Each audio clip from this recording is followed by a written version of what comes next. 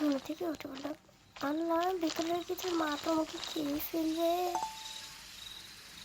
কালকে রাত আমি সকাল 6টার সময় ঘুমিয়ে পড়েছিলাম। মা কোথায়?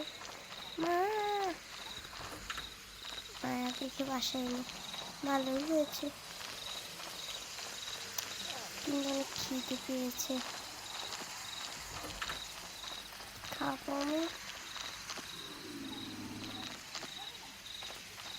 বুঝতেই পারছি না, মা আসা থেকে এখানে আর নিজের দেখে নিজে গিয়ে ওয়েট করতে থাকি।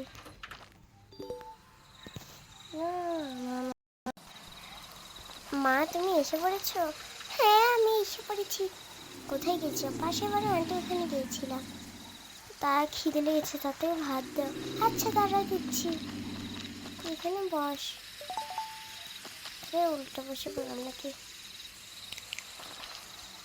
তাহলে বসে নে। আচ্ছা ভাত খাওয়া তো শেষ হয়ে গেল। মা একটু সপ্তাহে গিয়েছে, ভালোই হয়েছে, রাতও হয়ে গেছে। আর আজকে তো শুক্রবার ছিল, সারাদিন তো ঘুমিয়ে কাটিয়ে ফেললাম। আমার বন্ধুরা রাতে আসতে যাবে না মা।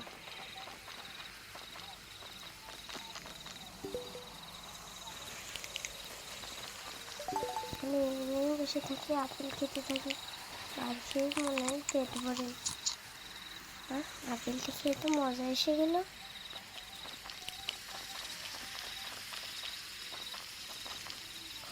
মা বলেছে মা তো আসতে দেরি হবে, এখন তো অনেক বেজে গেছে, আমি তাড়াতাড়ি ঘুমিয়ে পড়ি, নাহলে কালকে দেরি করে উঠলে মা মেরেই ফেলবে, স্কুলে যেতে হবে কালকে আবার।